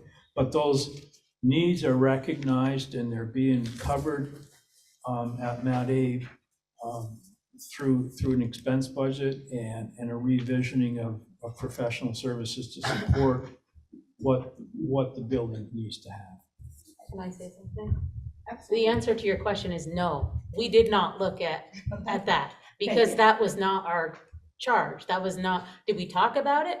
Absolutely. We offered a tour last night, or Mount Abe graciously offered a tour so that people could see that it's not falling into the dump or whatever that is out back. It was a dump when I was a kid, I think. And that the reason kids were using the porta potties outside was not because their bathrooms were in such disrepair, it was because they were under construction. Yeah. So the answer is no. We did not come up with any plan. The answer is no. To your question, the answer is no. All right, fair enough. Yeah. And that actually leads to the second part of my question, and I think the answer is going to be, we don't know. But, okay, so there's $6 million of projects on the table over the next 4 years for the Mount Abe School District. There's these items from the report that also need to be addressed. The HVAC systems, the windows. And as you mentioned, we don't know what the funding of those types of improvements is going to be for the merged district. Is a merged district going to have an appetite for bonding? Or are we going to need to go with addendums to the annual budget in order to continue to do our capital improvements and our repairs?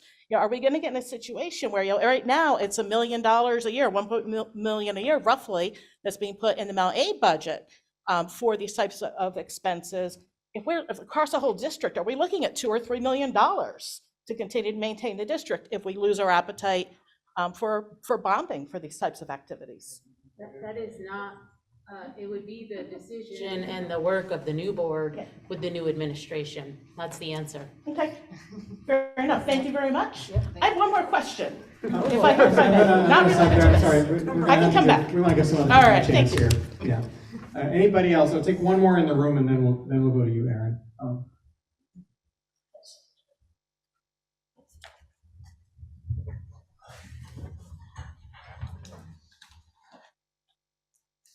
Good evening. I'm Herb Olson.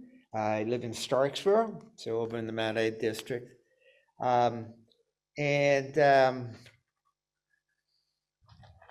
We're not in favor of the merger over there. Troy did a great job, I think, of talking about you're just voting on the articles. Is this a question? It is a question. Okay. Will you let me ask the question? Yes.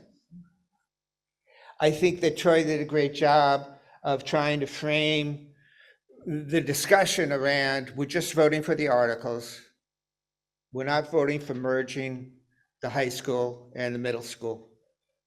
But the reality is that the core rationale for merger is something that I think we all share. We're trying to reduce costs so that we can improve educational opportunities for people. And the question is, how are you going to do that? How are you going to improve costs?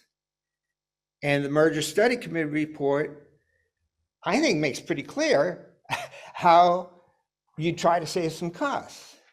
And that's to your credit, all right? And 1.2 million would be saved by combining the central offices, and 3 million from merging or combining the high school and middle school.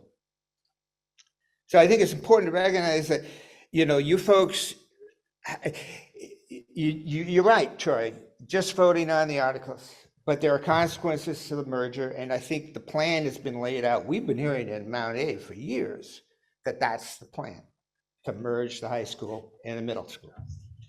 And the question I have is, you add all those numbers up, you got 4.2 million in savings. You have to deduct the extra transportation costs, which could be an addition of 1.8 million. So you're looking at $2.4 million net savings. And then you think about, over in MAUSD, we've been through a process of looking at the Levinson report, and there is a significant amount of savings, but a big chunk of that, around 3.3 million, doesn't have anything to do with merger. It has to do with reducing central office costs. It has to do with better management and administrative practices. And those are long-term. If you think about, how things work in a budget, you reduce your costs, the actual costs, that's going to flow through to the future. And you can save all that without a merger. So I guess my question is, why would you want to merge with all the anxiety and disruption and angst and division when you can help to improve student learning by taking better management practices? Who would like to address that question? So, if I can remember all this, you referred to the Levinson report, and it's true, there is costs identified in the Levinson report that are external to the merge. They are focused on the elementary schools. It is about a third of the cost of all the identified savings that he came up with. And in order to really address the other 2/3 of the costs that he came up with that you want to set aside are the ones that are needed to address through a merger of the possibilities for additional additional alignment for operating a middle and high school.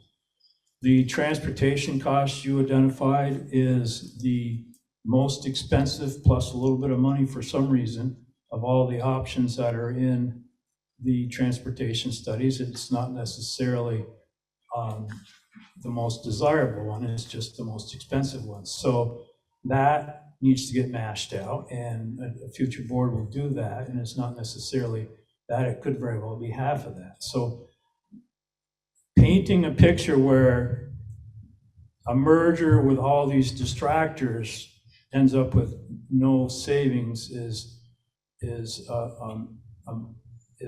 little bit sensationalistic. Well, I didn't say that. What I'm saying is, why wouldn't you want to look at savings that can accrue from better management practices before you go right to the merger? So most of those management practices are designed for the elementary school level. I disagree. I think if you look at that report. Can I answer? So, because now we're just having a. We're not gonna go back.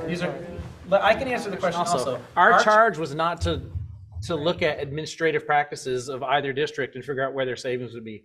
Our charge as a committee was to determine, would a merger be feasible for what the board was asking us to do? Is a merger feasible?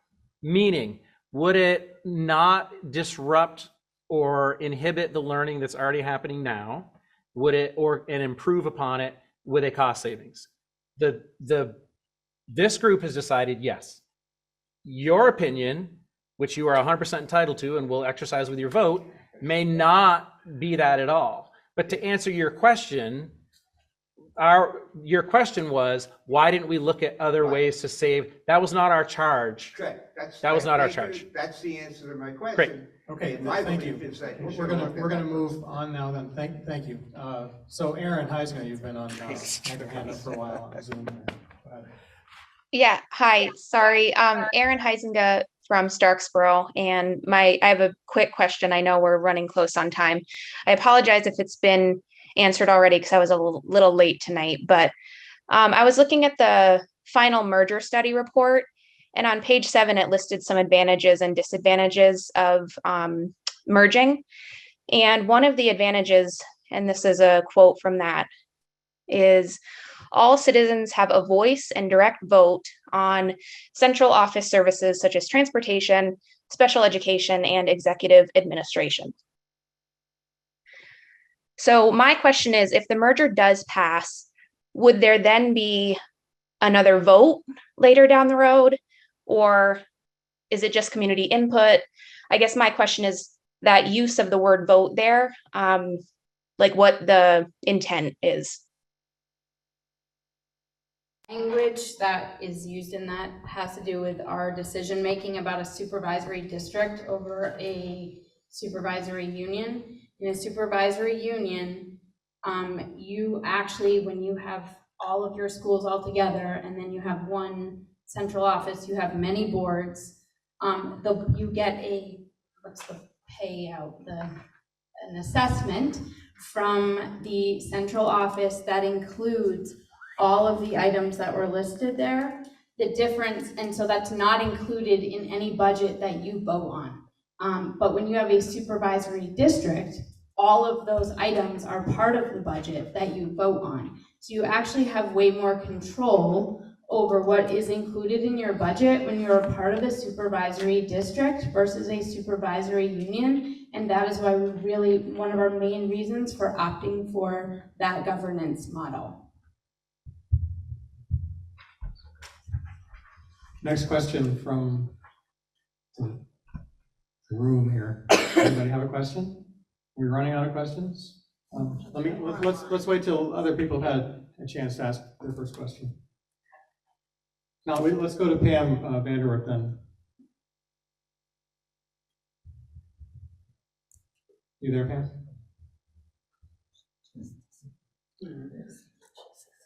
Sorry, can you hear me now? I think you can hear me, right?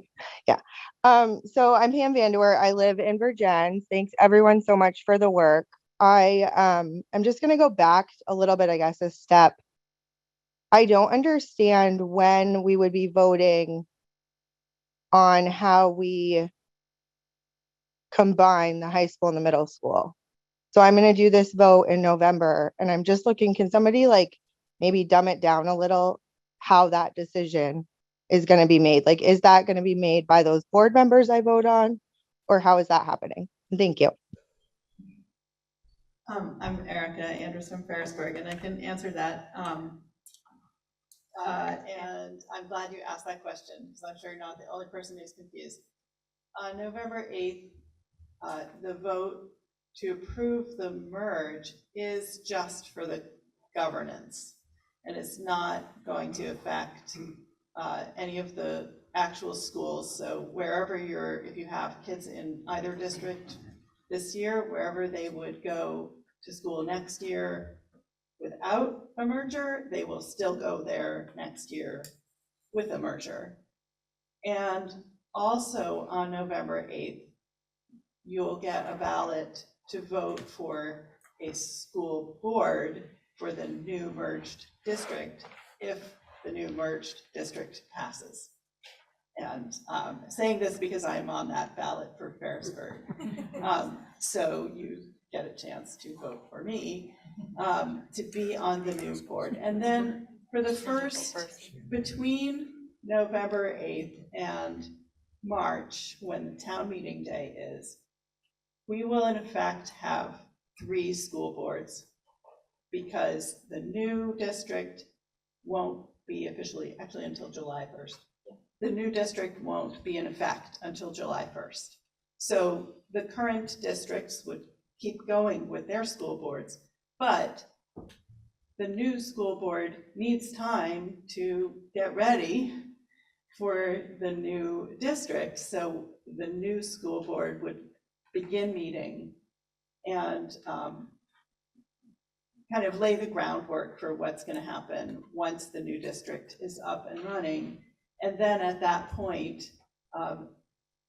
if the new board decides that it's a good idea to put, the middle school in one town and the high school in another town, that's when those talks would start.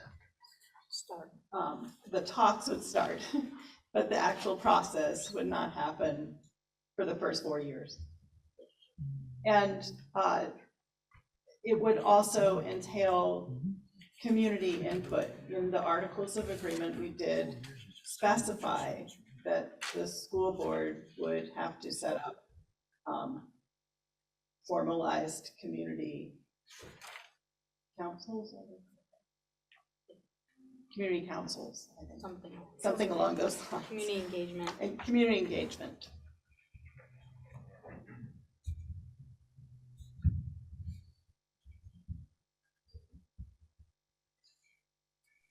Erica, you had one more question that came from. It already came. Okay, good. No, it just would take that long. It would take a while, several years for it to happen. Oh, actually, Go ahead. Let's finish this. Oh, Just to clarify. to clarify, the high school, in the process of going through a merger of a high school or a middle school, it would take several years to actually make that happen. There's no 4 years for sure, or 4 years that it's not allowed. It's not that. It's just that it's a process, and there would be very expansive community outreach and input, because the success of anything like this is completely dependent on that. And so that is the direction we have problem solved.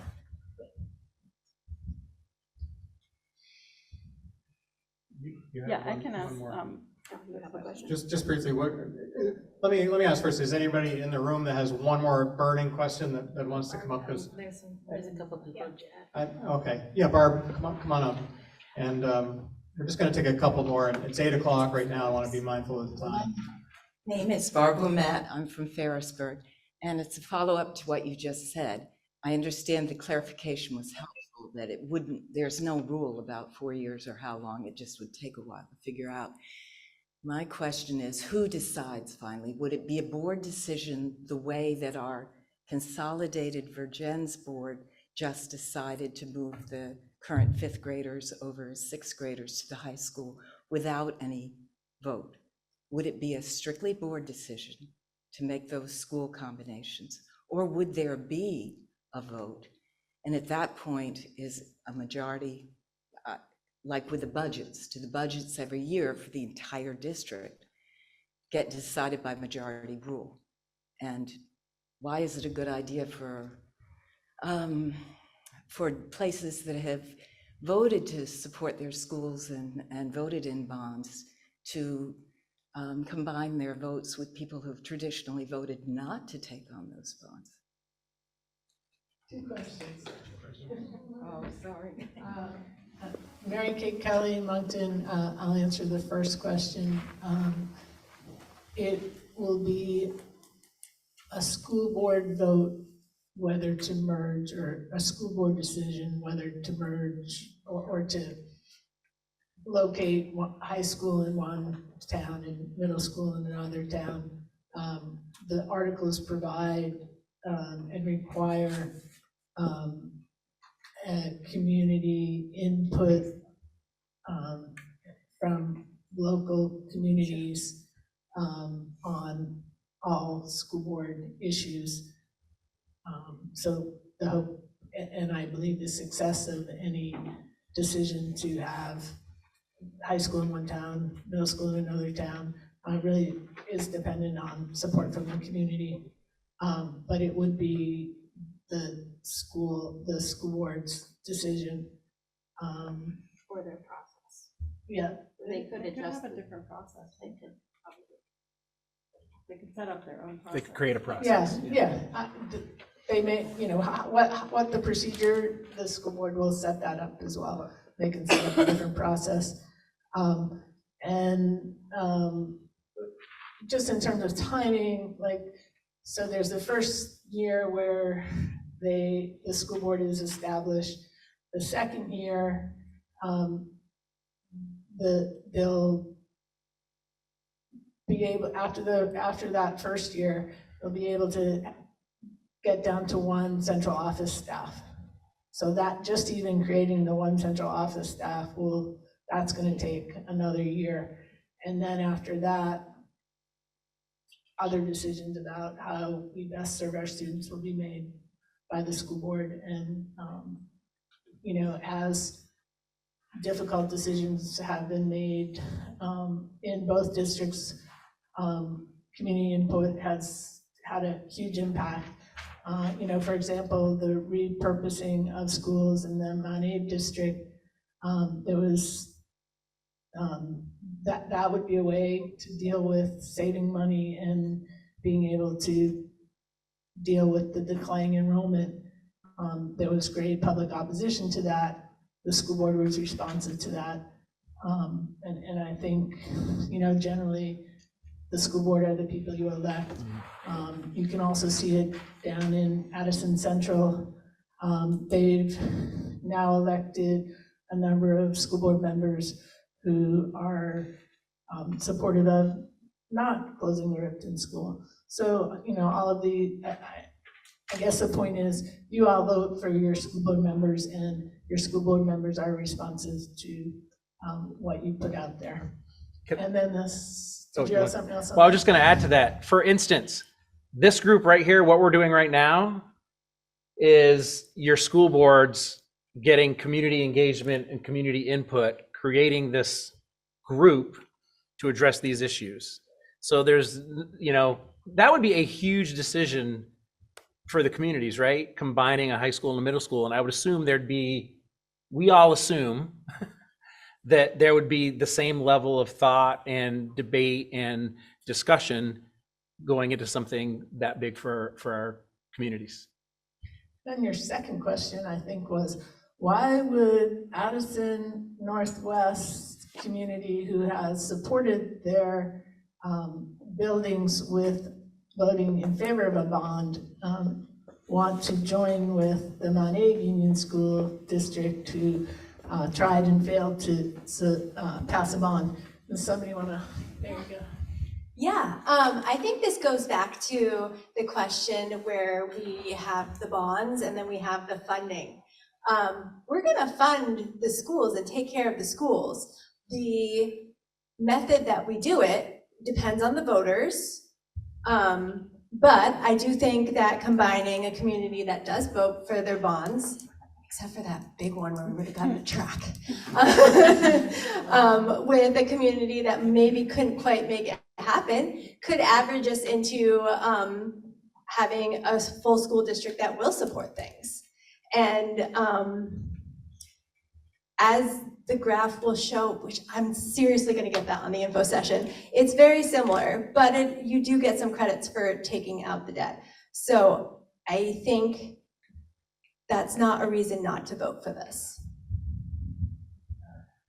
And I would just add that the bond that Mount Abe district didn't pass was a much larger bond.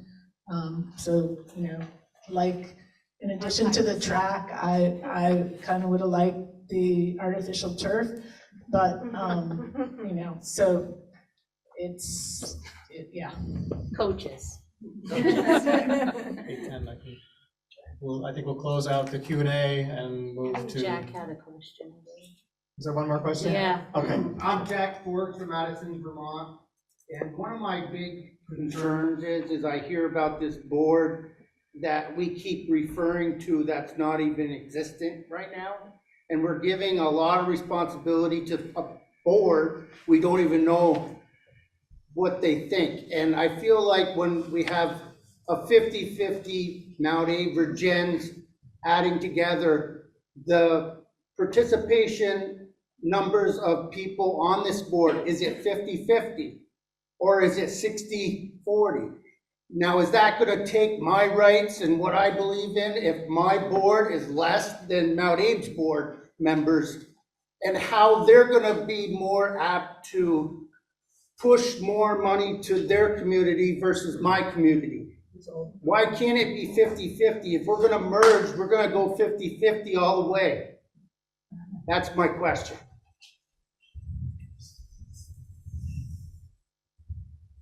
Carol McBride, Addison. So we spent a lot of time talking about the composition of the board, and we ultimately came up with the concept that we need to be fair to voters. So we have a 15-member weighted board where every single town is represented with a minimum of one elected official, and then population-based for 2 or 3 officials.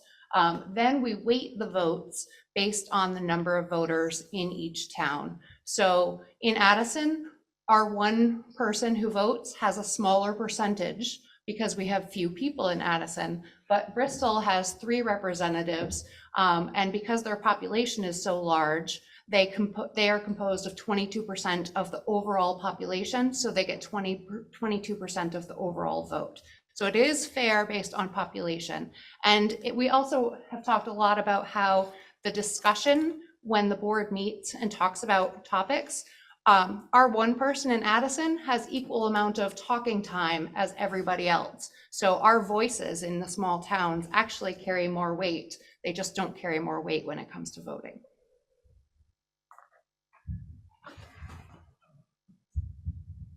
I just wanted to add to that.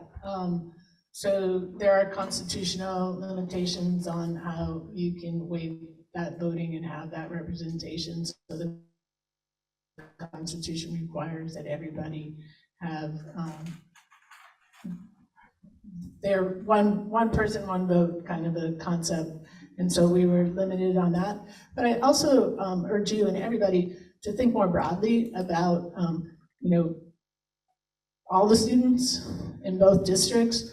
I don't think that the divide is Addison Northwest versus Mount Aid Union School District students, or kids in one town versus another town.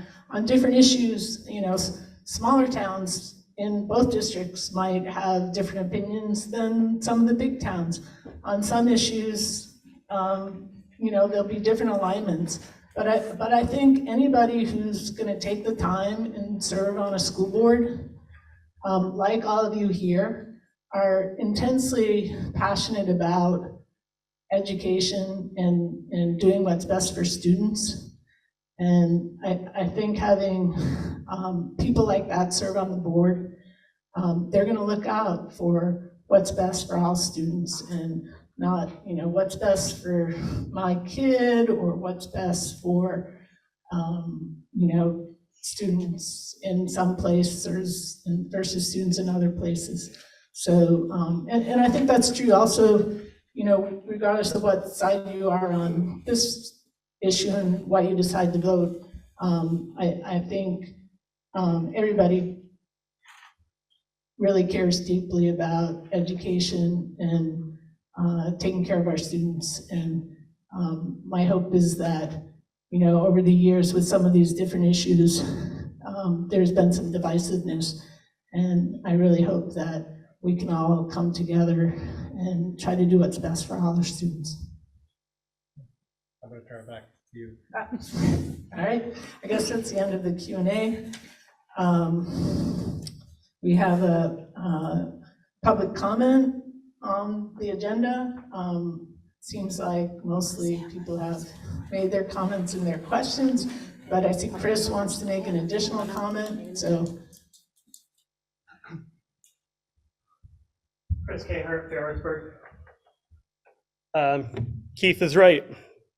We won't get our full reimbursement for special ed in the new model. It's around $150,000, according to our wonderful special ed director.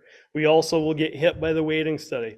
According to our astute business manager, the loss in revenue is expected to be the equivalent of about 8 students, or $160,000. The projected growth in student enrollment in our district provides enough revenue to cover those losses, plus more. Our district is staying under the excess spending threshold currently, and if we have a net loss of revenue, but instead, if we don't have a net loss in revenue, but instead have increase in enrollment, how would we, I mean, we're gonna continue to stay under that threshold. We haven't cut programs here, even when we were in declining in enrollment. Yes, we've trimmed staff through attrition to right size for our district. That is responsible staff management. It's not ideal that we have 300 less students than we used to, but to this community's credit, we continue to provide excellent programming that is proved by SBAC scores and SAT scores when compared with our neighboring schools. We are growing, small, but we are growing. We don't need to cut anymore, and we don't need to merge. Thank you for this opportunity. Matt Neffinger, I see your hand raised. Do you have a public comment? Yeah, Matt Neffinger from Ferrisburg. I just wanted to address the community and say that a lot of what we're trying to do today is due to a lot of forces on the budget. And one of those forces is the decisions being made by the state of Vermont and our representatives. So we're attempting to fill a hole that is partly due to a number of laws that more impact our district than others, and they're bad laws for our district. So I would encourage everybody to, if you get a chance to talk to anybody who can affect those laws, that you do so, because it will make everyone's job here today a whole lot easier to try to provide for our kids and our schools. Thanks, Matt. I'm gonna, Comment? Herb, you have a public comment? Yes, it is. Of course. I thought you made yours already. What's that? I thought you made yours already. So, a couple of comments. First, I think we all buy into the notion we got to save money in order to keep our programs, keep operating either the same or better educational opportunities. I want to point out in your own study, there was a tax projection done back in October 2021. And it shows that the savings anticipated will help on the taxes for, I think it was 3 or 4 years. And after that, you don't save any money.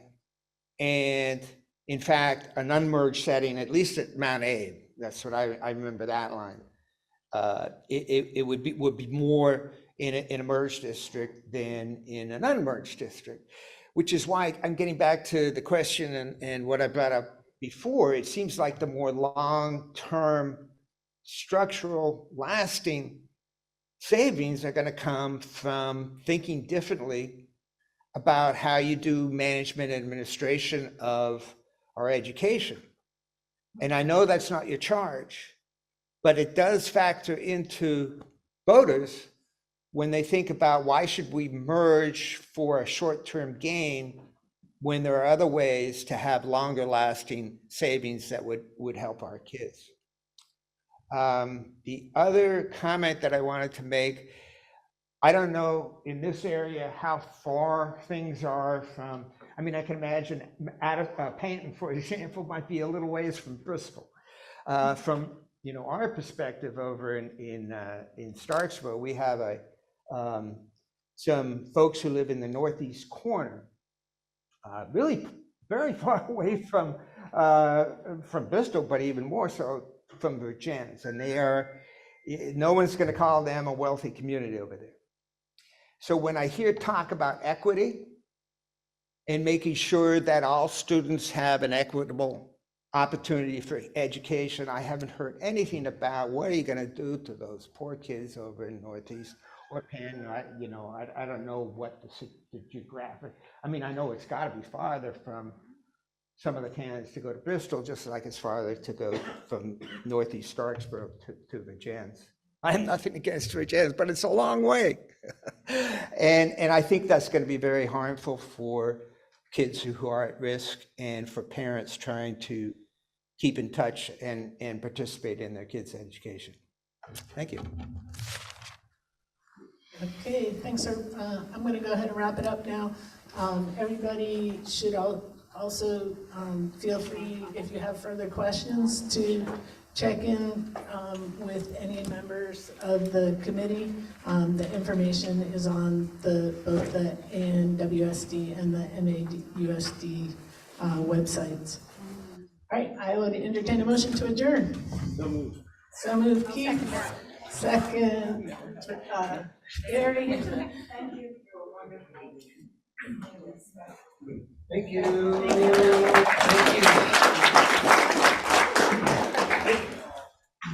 Okay.